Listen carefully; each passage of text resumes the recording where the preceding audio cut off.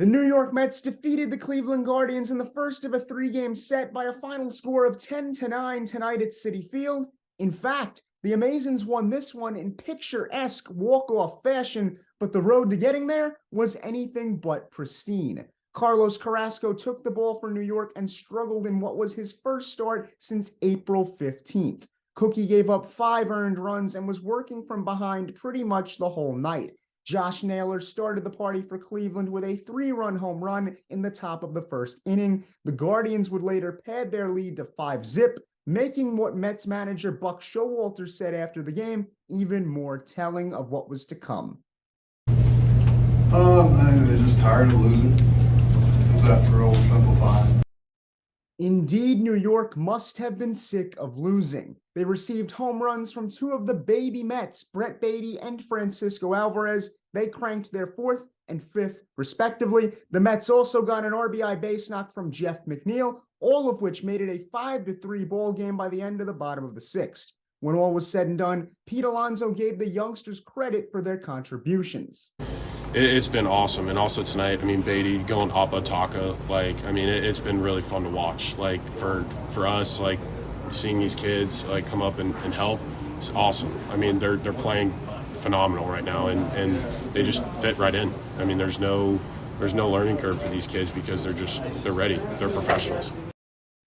Even with the Mets gaining some traction, the Guardians would simply not lay down and die. Josh Naylor drilled a 2 RBI single off of Steven Nagosic to extend the Cleveland lead to 7-3 in the top of the 7th inning. However, the bottom half proved that anything can change in a New York minute, as after Brandon Nimmo, Francisco Lindor, and Jeff McNeil all reached base, Pete Alonso launched a grand slam to tie the game at 7. The long ball marked his 17th of the season, and after the game, he said he's still trying to maintain a simple approach at the dish. For me, I just next pitch, next at bat, just keep fighting because you never know when that one swing comes and you change the game.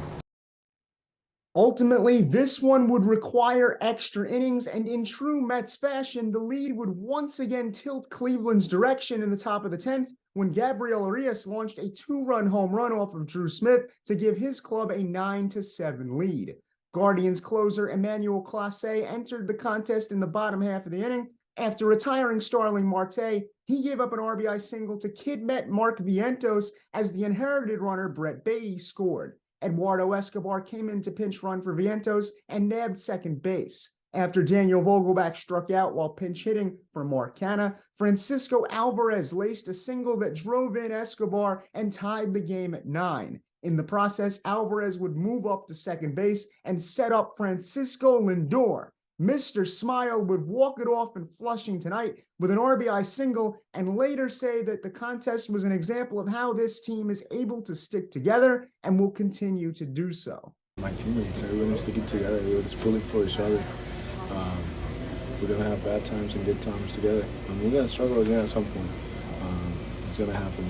I just hope that we all stay together and we all work as hard as we can, day in and out.